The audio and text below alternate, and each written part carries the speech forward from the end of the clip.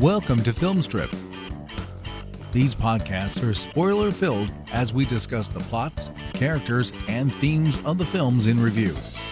All content used or discussed in these podcast episodes is the property of the respective owners and used under the Fair Use Act, Section 504(c)(2), Title 17.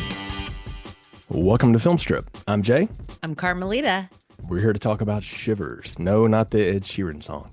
Starring Paul Hampton, Lynn Lowry, Joe Silver. And if you don't know who any of these people are, neither does anybody else, because this is all about who it's written and directed by. David Cronenberg, released in 1975. Many critics consider this to be a foundational work of his career. I mean, it is a full-length feature thing for him. It was funded by the Canadian government, which I found to be a fascinating story. Right, we'll talk about that. But first things first, Carmelita, thank you so much for coming back on Film Strip. How are things with you? Oh, I mean, so good now that I'm here talking Cronenberg with you. This has become like a little thing with you and I. We talk about Cronenberg, the Cronenbergs. Yeah, we talk about his son and then him. So I'm good. I've been busy podcasting. It's my little oasis from the mundane humdrum of the world. Right. If you haven't caught some of Carmelita's work in October, y'all, it's just because you're not looking on Twitter, because I think you were on about 40 different shows that I saw, which was awesome. So this was a big year. I mean, I love horror. Everyone knows this. And so it's always fun when our podcasting friends celebrate the season and go big for October. And I'm always just so honored to get to be a part of it. So yeah, I recently on Film Alchemist, quite a few episodes for Film Alchemist. They do 31 movies. Which blows me away. I'm like, every time I see that, I forget that they do that each year. And I'm like, oh gosh, that's right. I was like, guys, I don't know how you pull it off. It's amazing. Yeah. It's amazing that they've done this several years in a row. It's awesome. Got to be a part of that. I've recorded with Film Feast recently, with VHS. God, who else? I recently recorded with Blind Spots. That should be out soon. So nice. Yeah, it's been a good month for podcasting, good month for movie watching. Yes, indeed. I can thank you for this, though, because I watched this last year. Got it in my head last October. Okay, we're going to do 31 horror movies new to Jay, that I may never podcast about, but I'm just going to, put them all on Letterboxd and I'll just watch them. And so, of course, when you go to do that, you just start combing through the greatest streaming site of all time. Of course, I'm talking about Tubi. And I came across this one and I thought, okay, I know the one person who's probably seen it. And I messaged you. You're like, oh yeah, you got to watch that. And I watched it and I was just like, yep, this is exactly what I thought it was going to be. And, I mean, all you had to say was David Cronenberg and, body modification or parasites. I'm like, yeah, I'm in, whatever. And then when I found out a little bit more about it and how it was made and all that stuff, I was like, oh, I'm really impressed with this now. And I watched it last year and I thought, okay, that was like fun, weird and, twisted, but I see its fingers in so many things. And nobody ever talks about it. And somehow in the last damn year, everybody has started to realize, like, oh yeah, that movie's the one everybody points to. And I was like, doggone it, should have podcasted last year about it. But so as usual, a year late. But I was like, okay, I want to do this again, but we didn't have it in the Shocktober realm. I'm like, hey, you know what? It's Thanksgiving. A lot of people sitting around in close quarters together. You usually wind up getting colds. It's a good time to talk about Shivers. No doubt. Again, I'm like, I never need an excuse to talk to you anyway, but Cronenberg's always a good lunch point for us because, again, we've really bonded together over Brandon Cronenberg's work, and we've done some David Cronenberg as well with that Crimes of the Future. It's going to be one of those movies, I swear in 5 years, people are going to look back and talk about how brilliant it was. And I feel like we were on the front end of that one. Oh, I hope so. Well, and don't think of this Shivers episode as a year late. Think of everyone caught up. Now they're primed and they're ready for it. I think so. I mean, it's such an interesting thing, but what's your background with it? Oh gosh. Well, Cronenberg, as I think we've probably talked about before, the more I explore Cronenberg, the more I want. And he just has so many interesting ideas, and And I think as I delved deeper and deeper, it was like, ooh, I need to go back and see those earliest films. So I think did I see Shivers or Rabid first? I saw Rabid first, and and a couple of people who know my taste were like, "Oh yeah, you definitely need to see Shivers," and I was like, "Yeah, that's I mean, it's the plan." And I this the energy of this, the ideas that are there. I think it's almost I'm not sorry that I got to this after having explored quite a few of his later films because I think it's really cool to then circle back, experience Shivers the first time, and really see like, wow, this is the genesis of so much of what he will continue to explore at this point for almost 50 years of a film career. Yeah. My first Cronenberg was The Dead Zone, because the Stephen King tie-in, all of that. Yeah. I was young, but my dad read a lot of Stephen King, and so we watched that and really enjoyed it. And then I saw that incredible compilation thing that I don't know if it was HBO or Showtime did, Terror in the Isles. It's got Donald Pleasance. It's in our Shocktober intro if people want to listen to that. But there was a scene from Scanners in there. And so I was Mm. immediately like, what the heck is that? And so I kind of worked to Scanners, and then I've bounced around to other things. I've actually never seen Dead Ringers all the way through. I hear it's great. I'll have to go back and find it again somewhere. Of course, The Fly was a huge, Of course. 1986 as a year for movies is just unparalleled for somebody my age. And so I've seen that. I've seen History of Violence, Eastern Promises, a lot of the stuff, the more newer stuff. And, as we talked about Crimes of the Future.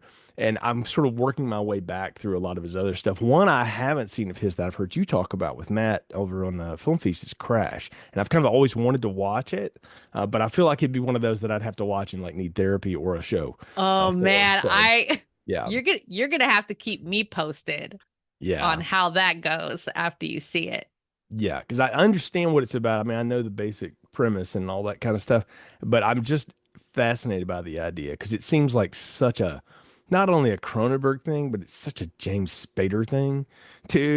Like it's like, yeah, he's a weirdo, and that's kind of his. And Holly Hunter's also kind of a weirdo, and people don't know that, but she's a low key weirdo, and so I'm like, yeah, yeah, I can buy that. I get how this works, and so a lot of his stuff though is something that it'll be fun. And it's been, oh gosh, it's been moons since I saw Videodrome, and I'm like, and now I'm interested again to go back because like you say, Shivers, you can see it's not so much that it's half baked. It's that it was. I mean, Roger Corman was begging him to come to Hollywood to do it, and he was holding out forever till the Canadian Film Commission came up with the funding for this for him. And there was this whole backlash about like taxpayer dollars went to this, whoever said, which they were mad about until they realized they made money off of it. Right. Like, that's actually kind of a cool incentive. But you see again, like the seedlings of so much of the stuff that he's interested in. And not only the grotesque body horror stuff, but the idea of like scientific manipulation and all of that. And to think that this is 1975, I mean, this is 5 years before Alien. This is 15 years before Jurassic Park, which Yes. Michael Crichton's entire writing career was really built around genetic manipulation. Andromeda Strain was, before this, but he was always writing about that. And if you read the book Jurassic Park, it's a different world than that movie in a lot of ways. And because the movie's, dinosaurs and magic and all that kind of stuff, but the book is heavy on the science part of it. Not so Right. much you Yeah. can't absorb it, but it's more of well, this is what happens when venture capitalism gets involved with science, which if that's not a contemporary issue, I don't know what one is. And you see these things and you see this sort of having here.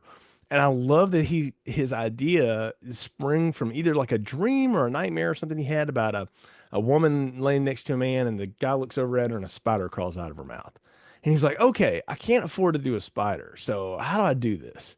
Right. And I'm like, well, the first thing would not be, that would not be my first question, but I love that that's sort of his impetus of this, of like, what if there was some reason to do it and it wasn't, a Martian, and it wasn't a serial killer. It was a doctor going, hey, you know what? What if we could like grow you a new organ?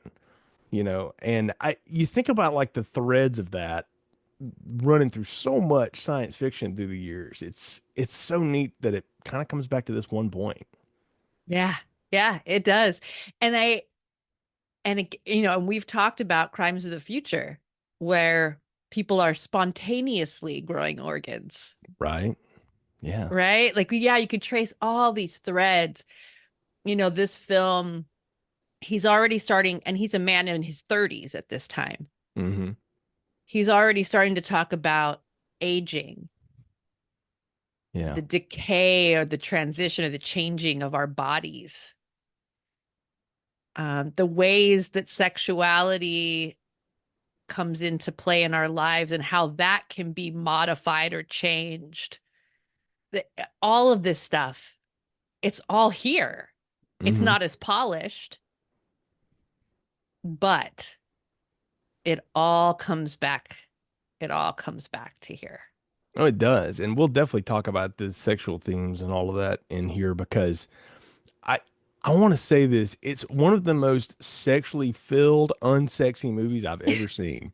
Yeah, And I don't it's mean not titillating. because it's gross. It's just played off as just like, window dressing. Like it's no big deal. Like we'll talk about, how some of this goes down and it's like, oh wow, like man, this is a different time. But I'm like, but was it? Like, I don't know, we're still kind of in those times. Like it's still the same. And I thought about this because I keep reading these articles about how particularly like teenagers nowadays are like, just less sex in movies or whatever. I'm like, well, kids, avoid this one because this will blow your wig. So, okay. Oh yeah, the horror of this film isn't just the body horror.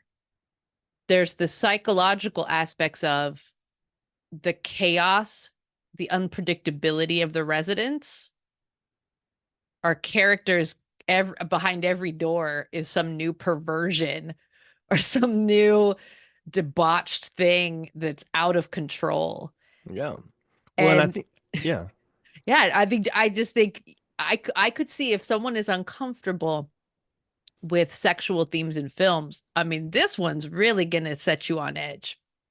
yeah, very much. And it's also going to set you on edge with the sexual politics in Yeah. it too, the way that one of our couples operates, and you see how that works. And I don't know. It was an interesting watch again, and it's fun to rewatch it here to get back into it. I guess I'm gonna try a plot summary. This is a veiled attempt to try to. I don't know, y'all. Read the wiki. I don't know. Watch it. That's what I would say. But here we go. Please watch it. I'll give it a shot.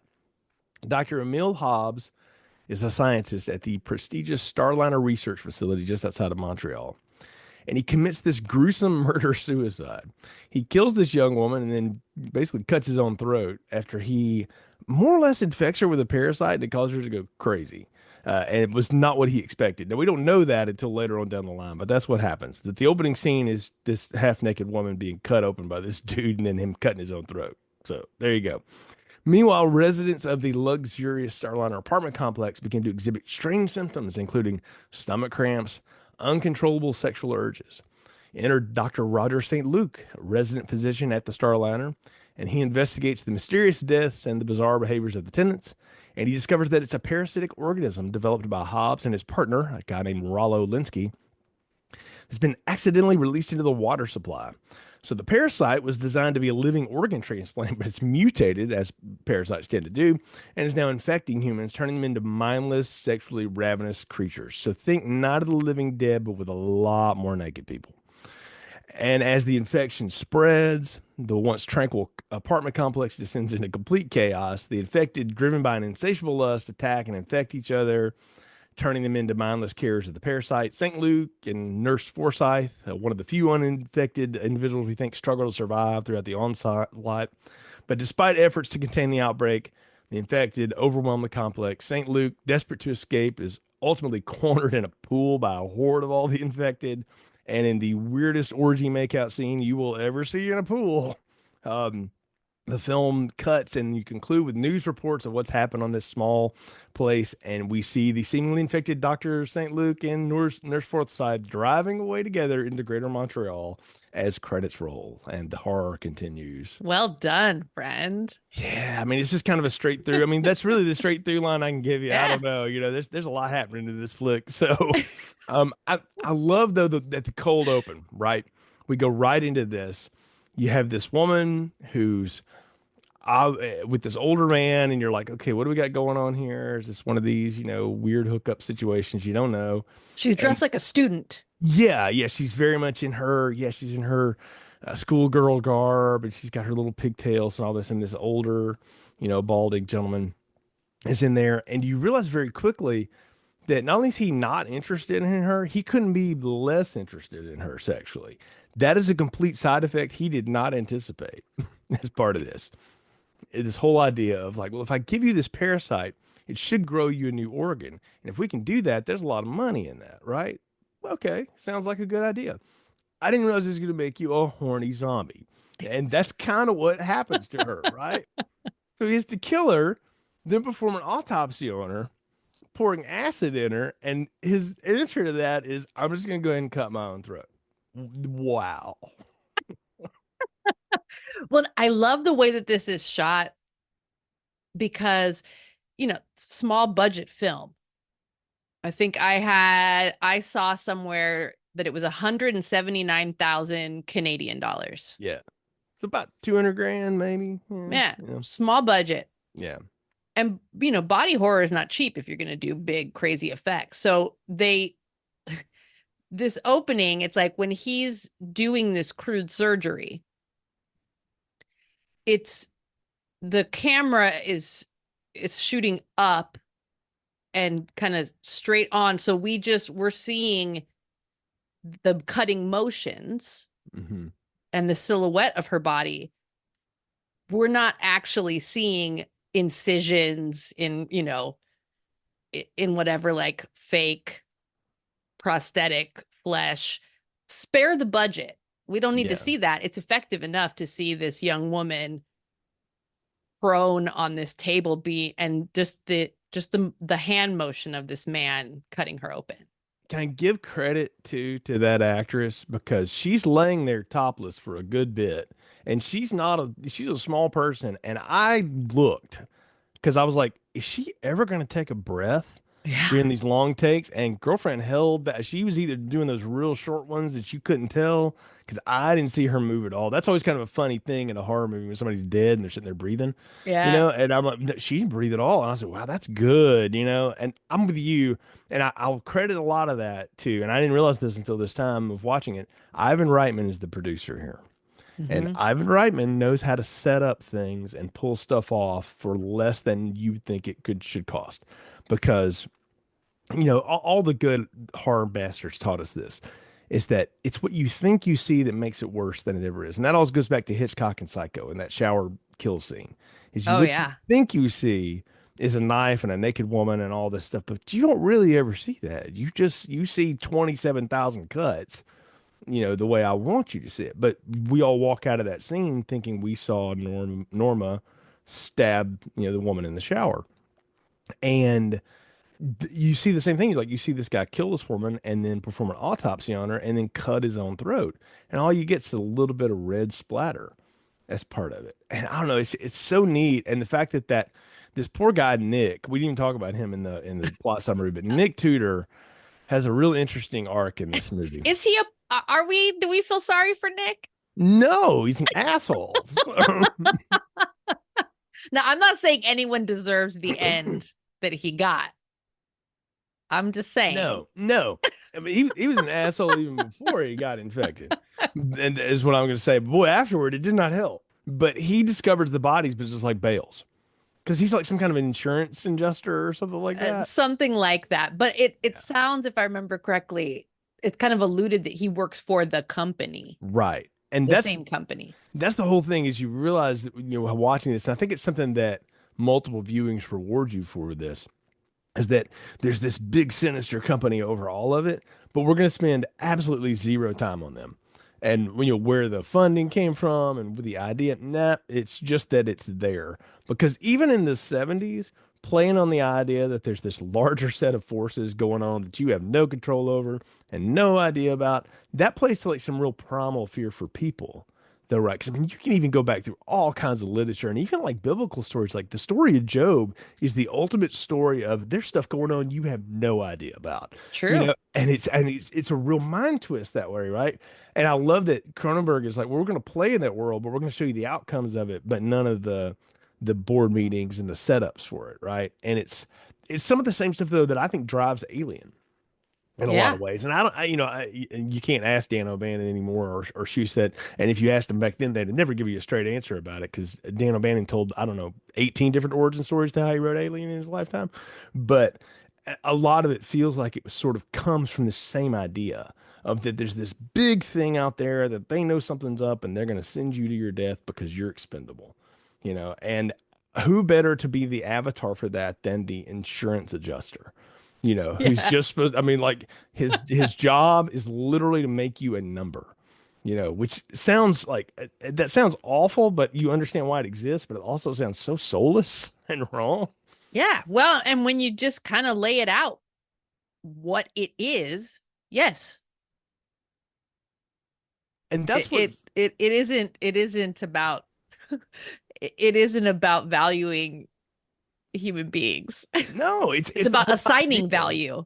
Yeah, it's about assigning value and then how can we arrive more value out of it? It's kind of uncanny in Yes. that way, right? It's Yeah. the uncanny side effects of body horror. And when you do body modification, is that, well, you know what?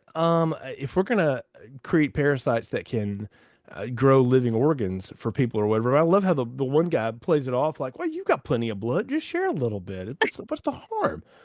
And and I'm going like on one level, like, okay, yeah, but also what? No, but I love that that uncanny sense of it gives this film a real unsettling coldness.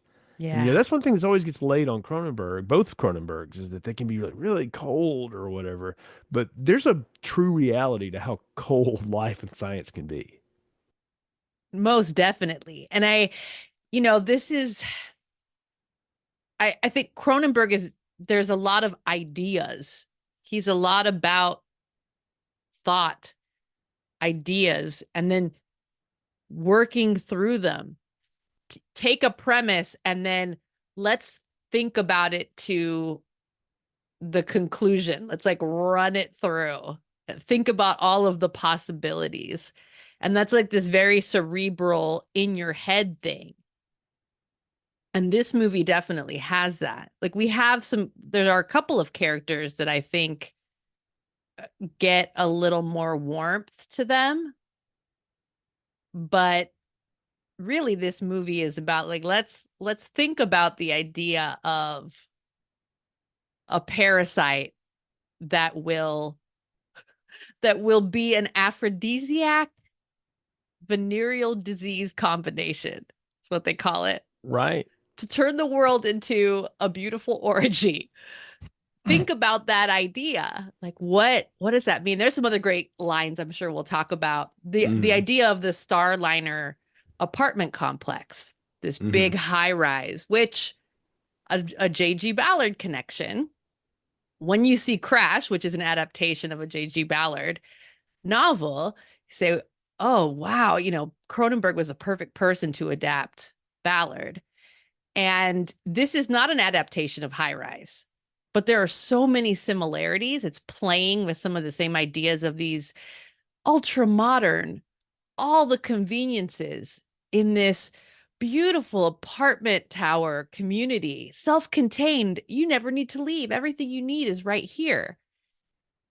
And well, what if it goes wrong? Yeah, there's something very Stepford about that, right? Yes, Like yes. Stepford Wives is kind of my linchpin point for a lot of that kind of stuff. And even going further back than that, you go back to the Twilight Zone, the monsters are on Maple Street. You know, Mm-hmm. that idea, this idea that just in the local community, which I know leads into the original Invasion of the Body Snatchers, all that stuff. The real horror is what happens in your own circle. We all like to think about how would I react if the world was invaded by aliens? But the truth of the matter is we probably wouldn't know about it. Not right away. Right. Because that's the first thing that would go would be all the communication stuff, right? So you'd just be kind of lost, and it'd be figuring out what does that do in my local area, and this idea of and I love that it's like we figure we can grow some extra organs, and worst case everybody just winds up having a lot of sex and being real groovy, and I'm like, how 70s of you? So, I mean, like, really? Well, and that is one of the things about this film that I love, and that I think, Cronenberg will come back to in various forms and from different angles.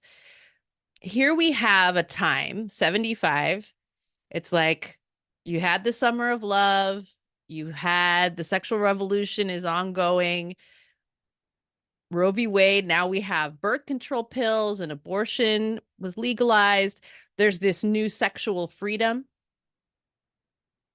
And some people embrace that freedom, welcome that freedom. But if you were raised and you've lived your life up to a certain point with all of these hang-ups, restrictions, ideas of a very particular strict morality, even if you welcome the changes, a person is going to have to adjust, and there's going to be fears around that freedom. What if it goes too far? What if I go too far? What if I can't handle it? All of the fears about what that freedom means. And sex is inherently risky. Mm-hmm. And people going, oh, well, if we have all this freedom now, that means we also accept the risks. Do I accept those risks? Can I trust the people that I'm connecting with, that they are being responsible? So all of that transition, these social transitions come into play here. Oh, it does. And it also plays against the idea that if you make it so open and so free, then there's no magic to it anymore. It's all robotic in a lot of ways. That's why I say this is the unsexiest sex-filled movie I've ever seen. Yeah. Because it's almost like they told everybody, okay, everybody get naked. Okay, cool. Now, I want you to just act like you're really going at it, but look like you're bored. I mean, they're like zombies. They're like, yeah, they are. It's not a living zonked dead, but out naked. sex maniac zombies. Yeah, mindless. Yeah, and I mean, I'm thinking too of the times, and I know the Vietnam War was something that directly affected a lot of people in America, but Canada wasn't immune to that either because a lot of our folks went to Canada with either before or after, their time in Nam, and you come back from there and there's a lot of stuff going on chemically you didn't know about and you're finding out about, and what's that done to me, and I think that's a lot of what's going on with Nick here too because he's really sick. He vomits this parasite up, which you talk about some good effects again I mean, it looks like just a piece of cheap liver, or something. But it's the way he spits that thing up, and it slithers around and all this stuff, and it attacks a cleaning woman in the basement. Which you talk about the actress that had no shame whatsoever. She's like, whatever, bring it on, and it hits her face, and she's there, garter belt and all, and just writhing in pain. But it turns her into this like freak too, right? And it's wild to see. But Nick like blows his wife off while he's sitting in bed talking to the lumps in his stomach, and I'm going like, man, that's when you realize like the symbiote and the parasite relationship, and I'm like, man, the Venom movies ripped this shit off big time. Absolutely. Well, I love we get the slow reveal of the real nature of the experiment that created this parasite, and then how our patient zero, Annabelle, the young woman who was killed at the opening of the film, how she went on to spread this disease. And it's like Nick, when he walks away and doesn't report the dead body in the room, you think, oh, maybe he was just spooked. And then later, he's sick and you're like, oh, okay, well, he's sick. We don't know how he contracted this. And then we start to find out that, Annabelle had, well, what started out as this kind of grooming, abusive relationship between the Professor Hobbs, that murders her at the beginning Yeah. turned into a really inappropriate relationship, and that then she was having sexual relationships with other men in the building. And so then you're like, oh, I know how Nick got it now. Is that what there's that, and you're Yeah. like, and I'm sitting there watching this. I'm going like, I'm doing the Leonardo DiCaprio, the meme. I'm like, Uh-huh. it follows, like it's Yes. right there, and I'm like, that's all right there, and it's so neat to see. And I'm like, oh, that's it, it's such a subtle thing to do, Yeah. but it makes the movie so much smarter than what you could just look at as like, yeah, it's just some cheap body horror flick from the 70s. And that's what makes this neat is if you'll kind of get past the wackiness of it and some of the grotesque parts of it, you realize there's a lot of like uh, uh, she was basically sleeping with everybody she could to try to get his attention because he had groomed her to like only want him, but then he didn't want her. Yeah. It's real fucked up. And then you watch the way like Janine, Nick's wife, tries to take care of him. And then when he like demands sex from her, the way he does that, it's so wild. It's like you're my wife, you will have sex with me. And she's like, I gotta put my contacts in though because I want to see you. And she's just bawling her eyes out, and I'm going, Oh, poor oh thing. God. I mean, it was just like wrenching. But on the other hand, you're like, why is she going along with it? But you're like, well, of course she would though. That's her life and that's what she wants to do, even though she is clearly distressed. Well, It's and that's your duty, right? Like right. That's what she thinks, right? yeah, Yeah. that's the Mhm. wisdom that's been passed down for generations that this is what a good marriage is. Right. He demands and you'll submit and end the story. Obviously all that is just another way for these things to grow and build. Because what you Yes. realize is that all of these people are infected and the parasites are really driving everything. Yeah. And their only way to propagate is to continue to do this. And they figure out real quick, well, humans interlink pretty quickly, so we can make that happen pretty quick. We can grow quick. And it's very much the way an actual parasite would work. Yes. Maybe not in that kind of dialogue, but like, okay, we'll just jump from here to here to here to here, and it just continues to propagate. And at some point, there's no stopping it. And that's what becomes the race is when you see this doctor Saint Luke try to stay on top of something, and he doesn't realize how far behind he already is. Yeah, Um, he's trying to contain it. And we've seen yeah. this now in our lifetime. Yes. What happens when there's a pandemic, an outbreak, a spread of some unknown vector, and the scientists and doctors are trying to get ahead of it, and only to find out like, oh no, this thing's way ahead of you. Yeah. Because you didn't know it was there to begin with. Yes. That's the killer part of it is that you had no idea because you weren't looking for it. And that's the nature of the parasite. And again, it goes back to that larger theme that Cronenberg's playing with here is when science is funded by funding that is really there for profit rather than knowledge or growth, then this is how you get these bad ideas that leave the paper and become real. And then all of a sudden, what do you do? How, Yeah. how do you live with it? And it's wild. Can we talk about Nurse Forsyth for a minute though? Because I got some Yeah. questions. Okay. She's really into Dr. Raj in like a very specific way. And he seems to only be interested in his Vantage cigarettes. And what was like they clearly in some scenes look like they're very much a thing, and Yeah. otherwise they're not. Right. Well, and I mean, that's the beauty of this film is that because it's they're not giving us backstory. We're dropped in to these relationships that are already well in progress, Yeah. and they're not stopping to give us the backstory of how long have these two been have how long have they crossed the professional boundary into the personal boundary into I, being physical, like, I would say for a while because he's on the right. phone like taking orders from people and figuring out what to do, and she's just like, "Okay, so we're done for the day, right?" And she's already begged a couple of kisses out of him, and he's like reluctantly like, Yeah. "Okay," and so she's like, "Okay, fine then." So she's just gonna get ready to leave for work and decides, "Well, I'm just gonna change in front of him because why not?" And he just Yeah. seems to be like completely nonplussed by it. And so all that told me was though in shorthand is like this is not the first time any of this has happened for Oh, them. definitely not the first time. One, and this is, I mean, this is what I love about this is that we could start talking about it, and it's like, you might read it as this comment again about kind of the sexual liberation, sexual freedom, also kind of our biological imperative for variety. She's there, she's offering herself to him, but he's had her before. Maybe it's just not that exciting anymore. Yeah, it's that idea of and this is what a lot of people with the moral pinnings come back to is like this is why you wait because if it's free to everything then what's the difference? And it kind of it takes the fun out, if you will.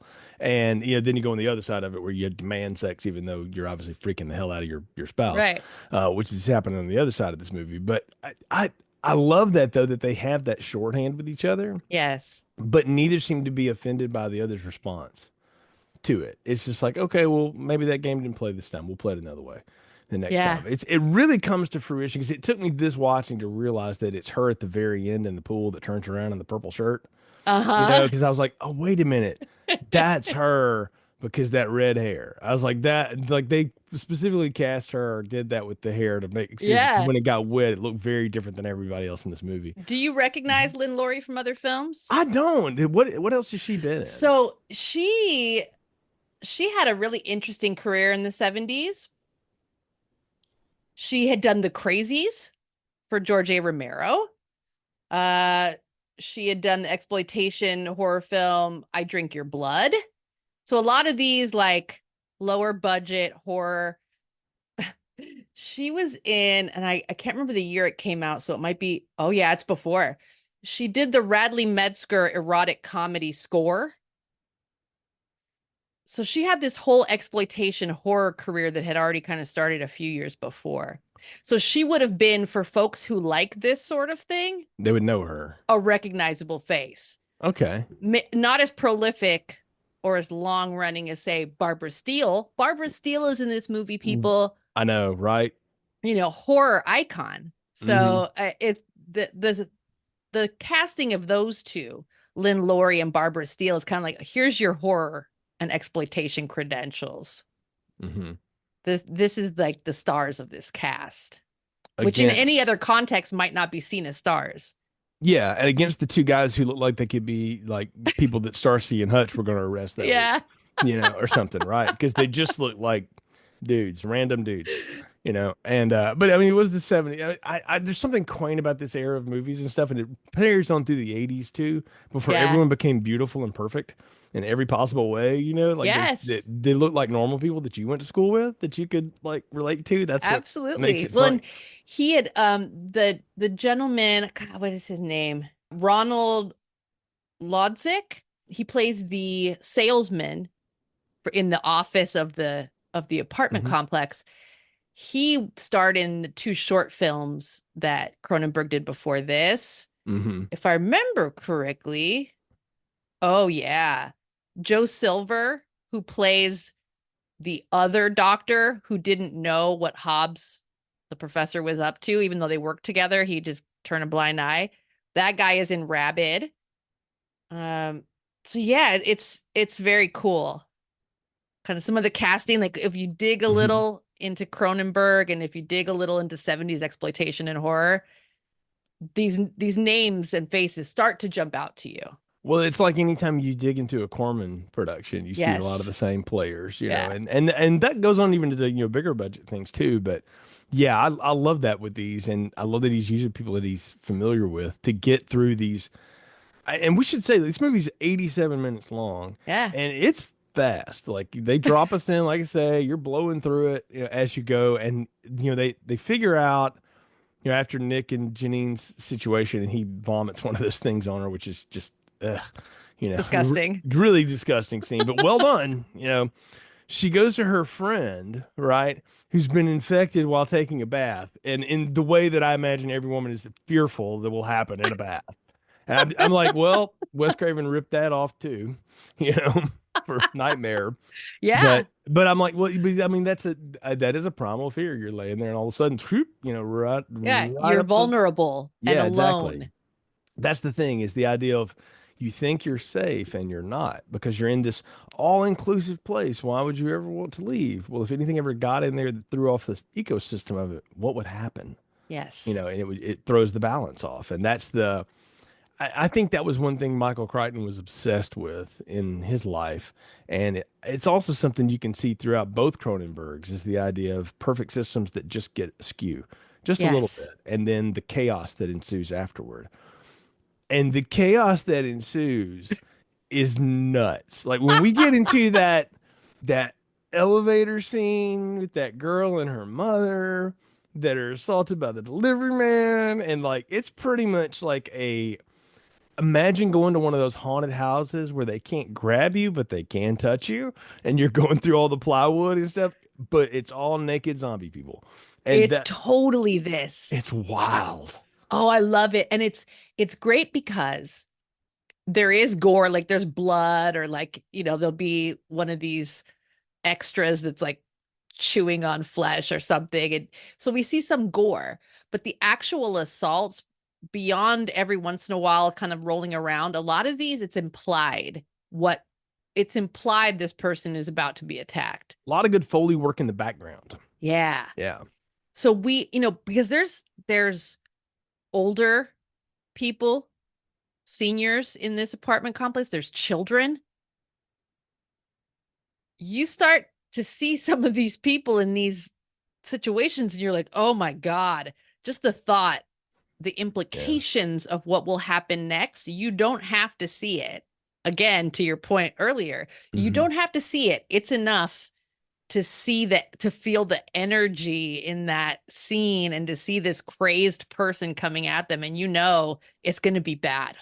Well, see, and that's what makes an unnerving movie continually Yeah. unnerving. It's not just Sydney Sweeney and Glenn Powell who get infected or have to run from the other pretty people after them. It's everybody. It's the Yeah. 6-year-old down the street. It's the grandpas next door. Everybody's been infected with the sexy parasite, and so they're all doing the same thing. They're just trying to propagate. And when you see that happening, it's like, oh, that is incredibly grotesque, but not in like a make me throw up way, but in the make me go like, oh, that's like very real, like horror. Like that's Yes. how life would unravel in front of you. And that's what I think is so neat. Again, so we talked about, if the aliens invaded, you probably wouldn't know about it until it was too late anyway, and it was all like burning down around you, and Yeah. what would you do, and you just watch the chaos. And I don't know, it's one of the neat things to see, like I like a lot of things about the Zack Snyder Dawn of the Dead remake. I think it may be the best film he ever did. And it's not even entirely his, I know, but one of the things that I really think he nailed in that was, and it's Jake Weber who really gets it in that movie. It's just this overwhelming sense of like, it ain't gonna matter, y'all. It doesn't matter. Like we can fight all day, whatever. We're just sort of prolonging the inevitable. If we want to do that, okay. And what's wild to see is that I think at one point the nurse realizes this before the Yeah. doctor ever does. It's like we can't fight it anymore. We might as well just become it. And that goes back again to that original invasion of the body snatchers. The woman eventually is like, we can't fight this. I'm just going to go to sleep and become a pod person. And it's such a sad moment, but it's also like I get it too, because what are you going to do? That is a reasonable, viable option. It doesn't make for like that hopeful rah rah yay humanity Yeah, but there's rare feeling, those actually exist anyway. I mean, let's be right? real. Yeah. But that's a Mhm. viable approach to take to a situation that's so out of control, Mhm. that is this runaway train of consequences, Mhm. and uh, the isolation of this building, and you're outnumbered, and okay, let's go with it. Well, I You mean, can understand it. you think too about the realization that everybody's coming to. Nick kind of comes to this idea that he is a host and breeder of these things internally, and he can either fight that continually or just go with it. and then he ends up like killing somebody that tries to ply one of his parasites off of his face, Yeah. and he swallows it back so he can have it back in him, and um, it's wild to see. And then when Roger finally catches up to him and beats him to death with that tire iron, that's some pretty gross stuff. And you're like, yeah, that's the big like hoorah moment. It's like, wait a minute, what did you actually do? Did you accomplish anything good with that? No. So I'll tell you another movie that plays this for a lot more camp and a lot more fun is Night of the Creeps. I feel like Fred Decker watched this movie a lot and Oh, decided, sure. well, I want to do Yeah. this, but I want to do it 40 times cheesier and with Tom Atkins. And I love that movie, by the way. So I'll bring all the cheese. But I'm just sitting there watching, like, when's Roger gonna have that like thrill me, officer, moment or whatever, where he's gonna corner himself and light everything on fire, and blow it up. And I'm like, oh, that's never gonna happen. No. Because Cronenberg don't do that. Even in No. The Fly, that's a pretty dour ass ending if there ever was one. And it was such a strong film too. But yeah, when it comes to this here, after Roger realizes that uh, Forsyth is also infected and she starts coming to Okay. the thing. Let's Yeah, talk please. about kind of the lead up, and then Yeah. let's talk about Nurse Forsyth's dream. Yes. Tell me what your reading of this was.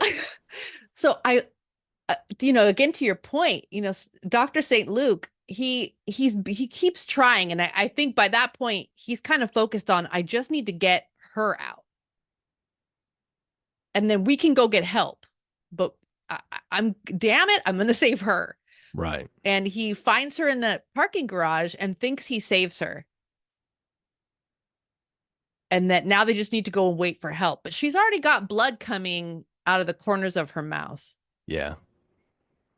Maybe he's tried to delude himself that, oh, she got hit in the face when one of the sex crazed maniacs was trying to assault her in the garage.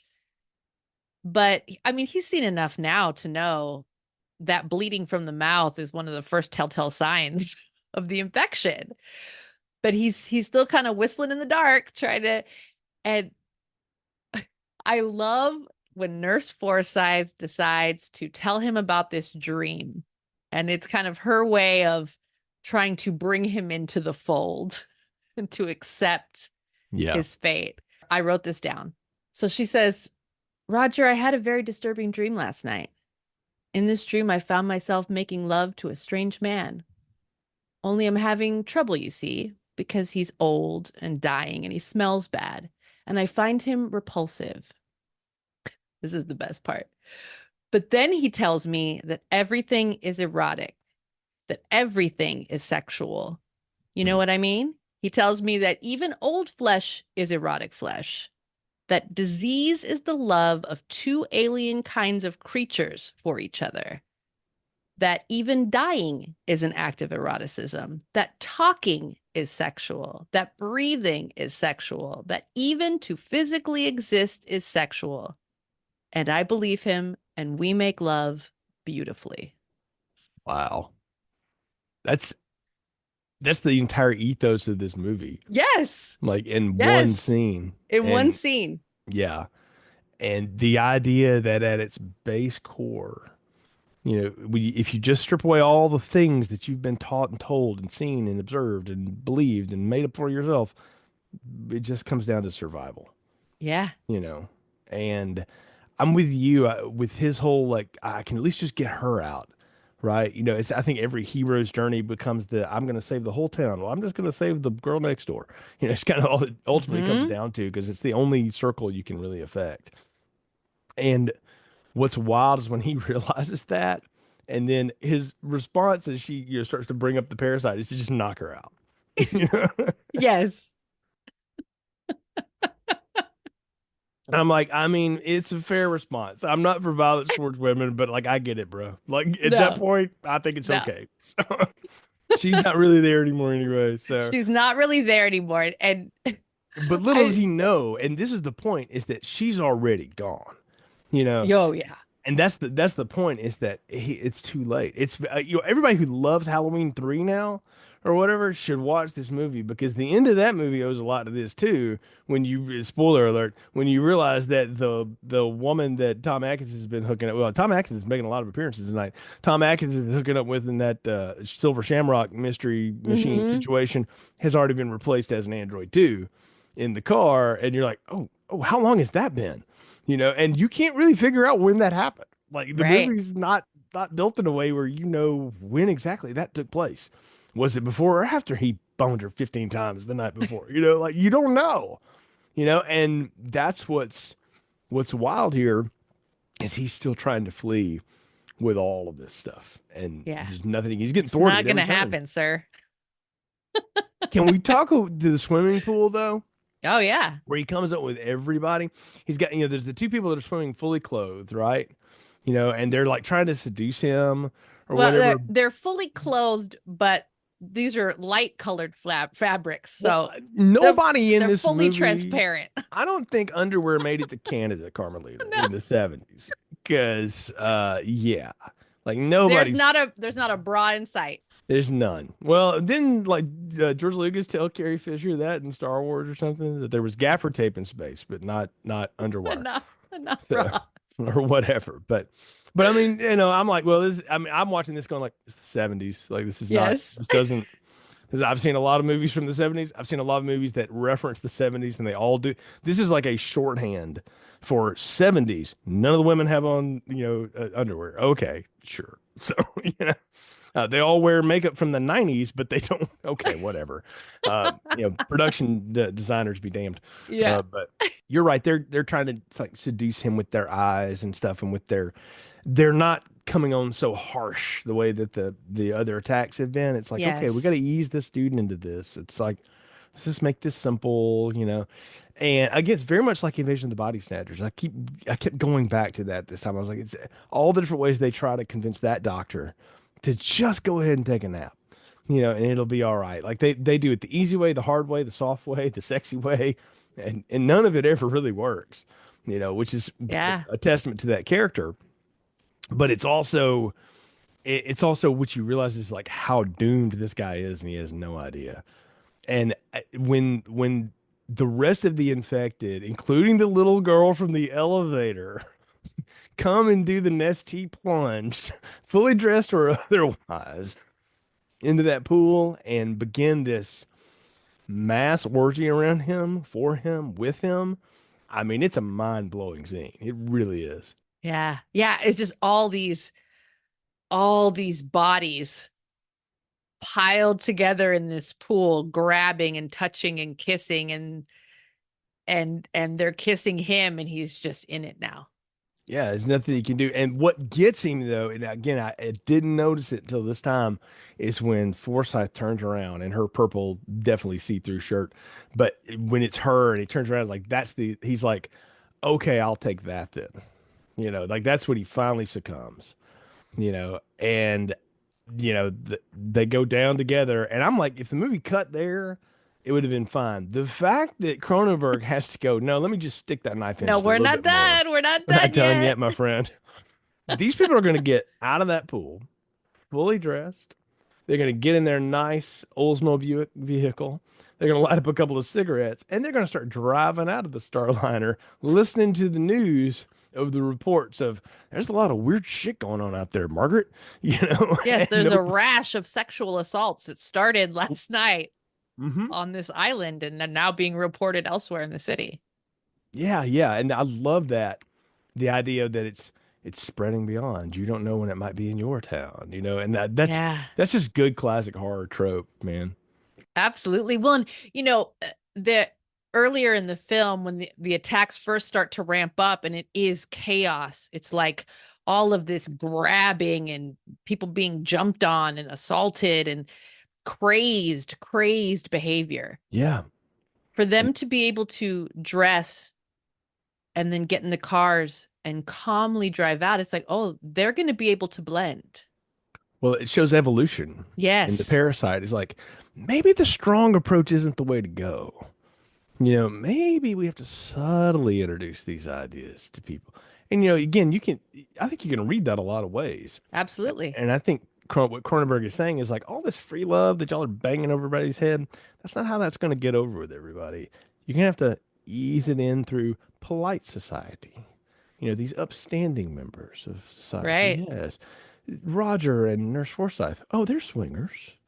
You know, but I mean, really. Sure. Well, and maybe too, like on an individual level, personal level, Hmm. okay, think about like teenagers that have real strict parents, Yeah, yeah. and you've been so locked down that the minute a kid with a strict upbringing gets out, Oh, yeah.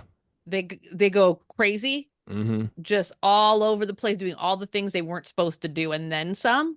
Yep. And then you school of hard knocks, you learn your lesson, like, oh, that's why I'm not supposed to do that exactly, or maybe that wasn't a good idea. Yeah. And then you ease into this equilibrium of Hmm. learning to make your own decisions and choices, Hmm. and how to exercise your freedom in a way that's not harmful to you. Right. And it's kind of like that too. It's like we had this at the beginning of the outbreak. Everybody's crazy and doing every fucking thing that they can think of and whatever they want. No Yeah. inhibitions, no rules, no thought, no reason. Because that's one of the things that it's quoted that Hobbes's reason for doing this was that he thought that humans were animals that think too much. Hmm. Yeah. And so if we kind of follow this analogy, it's like, okay, you go through that part where you're not thinking and you're just doing whatever comes into your head, and then you learn some lessons, and then you start thinking again. Yeah. But you think with like a new perspective is the Yes, with a idea. new perspective. Yeah. So you think with more knowledge, Yes, or and not out of fear. well, and as you alluded to, like as a young person growing up, whatever, you get a little bit of freedom, you make some mistakes, and then what do? You turn that into experience. And Hmm. so you don't go and do that again. And then like, every one of us do this too. You find some young friend and go, let me just give you a free piece of advice. Like maybe just come back with me. I'll take you home. Like you don't really want to be with that person right now. And we've all Right. done that. And the person later is like, oh, I had no idea. And you're like, just do that for somebody else down the line too. Like just you learn the hard way. Yeah. But in this case, though, the idea is that again, this company, these two scientists created this thing, and it got completely out of control. They have no way of wrapping it up No. anymore. It took No. over this whole complex in a couple of days, which also alien. I mean, it Hmm. took it over, and now it's just out there. It's just out there. And you wonder, like, but the idea is like, okay, is it going to be that everywhere, or is the parasite also learning like maybe the subtle approach is a little smarter way to stay alive longer? Like, Yeah. sure, we could do the pool orgy, but maybe that's just a good story to tell years later. You know? Yeah. You have to know that the company behind this Starliner, I Oh, mean, they're going to do everything possible to bury this stuff. oh yeah, that building is like being condemned tomorrow. We talked about, yeah, yeah. All of a sudden, mass construction. So yeah, it's Yeah. yeah, they're totally gonna bury it. But and that's what I was waiting on was the Aliens versus Predator Requiem end where they just dropped the bomb on it. All of a sudden where they're just like, yeah, no, we can't handle this. Now there's No, no but that, authorities. yeah, it's So, it's cool to think about like what happens yeah, in the days and weeks following the end of this film. right. And I mean, for American audiences who saw this, I know Canadian audiences were just like, oh, I can't believe it. And then they got like checks in the mail and were like, oh, cool. But American audiences were blown away, like, damn, them Canadians is wild. 'Cause, I mean, you'd think that was the response, right? You're like, whoo, what's going on up there? 'Cause this thing premiered in like Uh, San Antonio, Texas, which is not exactly like the bastion of free thinking. right. Nothing against San Antonio, great town, No, but no. it's got its influences, and the Catholic Church is a big one. So imagine this playing, to the local, teenagers who went in for the let's go watch the wild sex romp horror movie, and then they sit there and go like, "This is the weirdest thing I've ever in my life." I mean, right? Like, you put yourself in the Yes. place of how it would blow your mind. But like we've talked about, the thing about this is that is so it's so foundational to almost everything Cronenberg's done. I mean, these are themes that will continue for his to this day. He's still making the body horror is always sort of the it's kind of like the front door, for him to get Yes. into stuff, but it's all about desire And when does desire stop being desire? Is there a scientific, part to it? How do we know the difference of it? And what if we did strip out all the emotion of it? What would it be?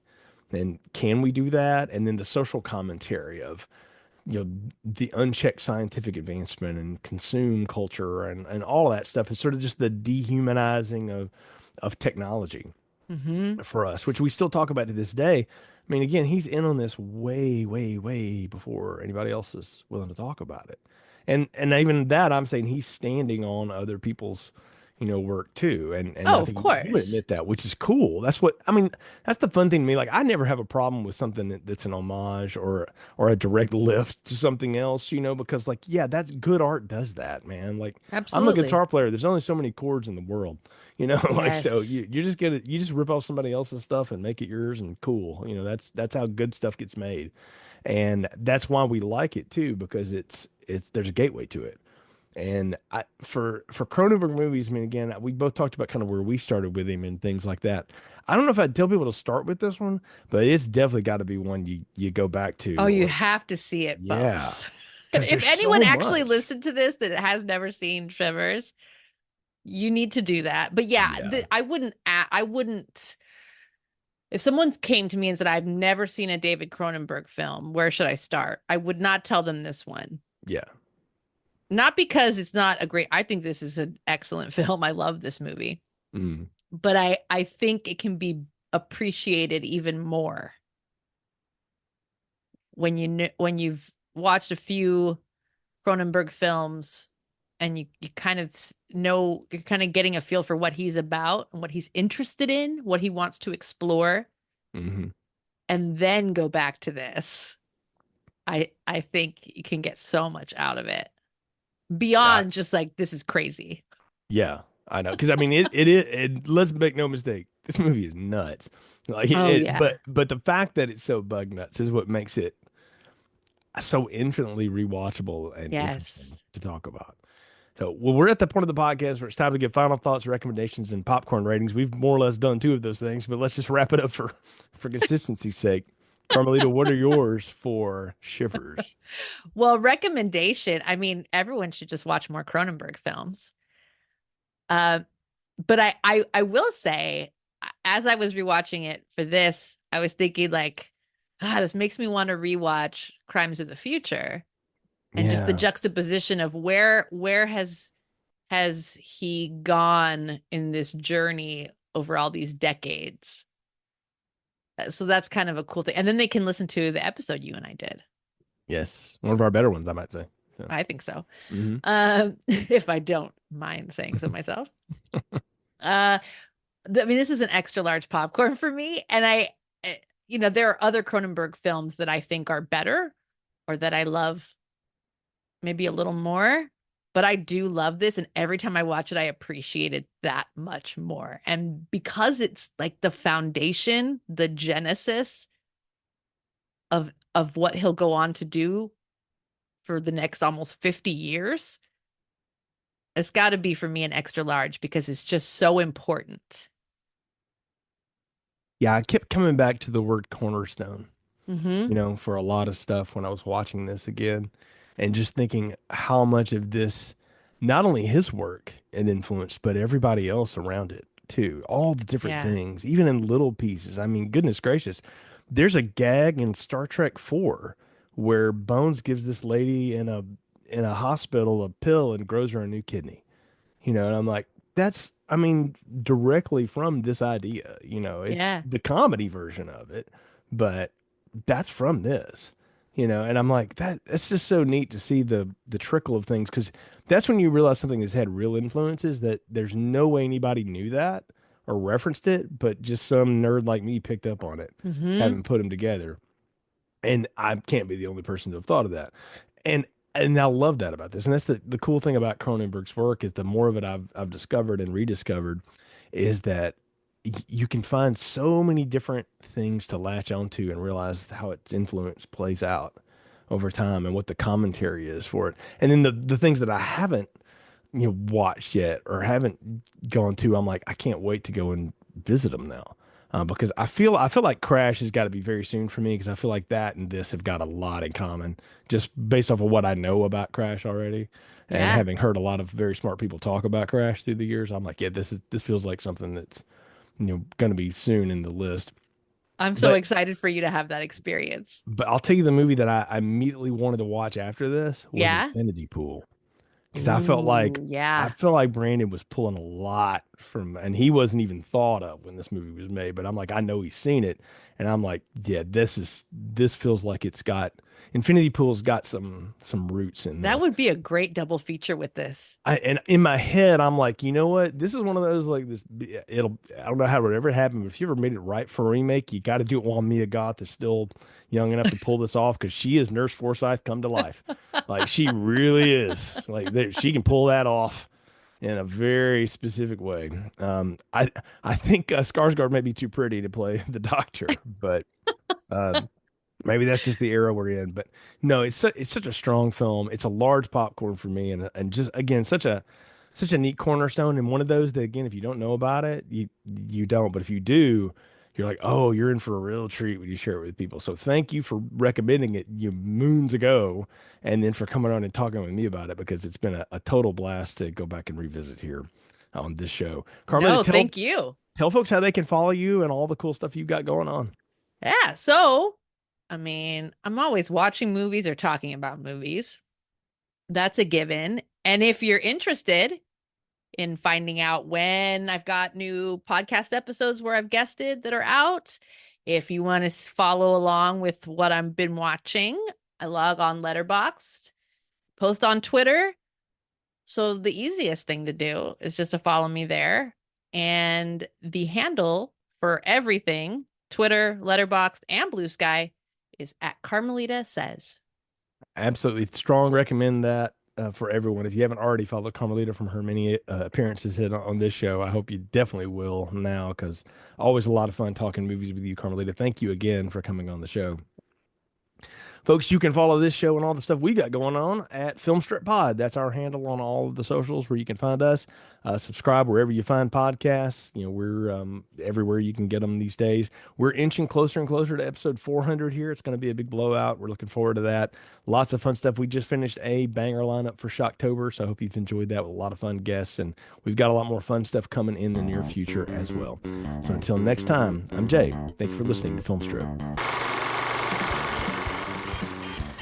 Thank you for listening to Film Strip. You can find more episodes on our website, filmstrippodcast.com. The Film Strip theme music is produced and performed by Frozen Lake 121. All content used or discussed in these podcast episodes is the property of the respective owners and used under the Fair Use Act, Section 504, C2, Title 17.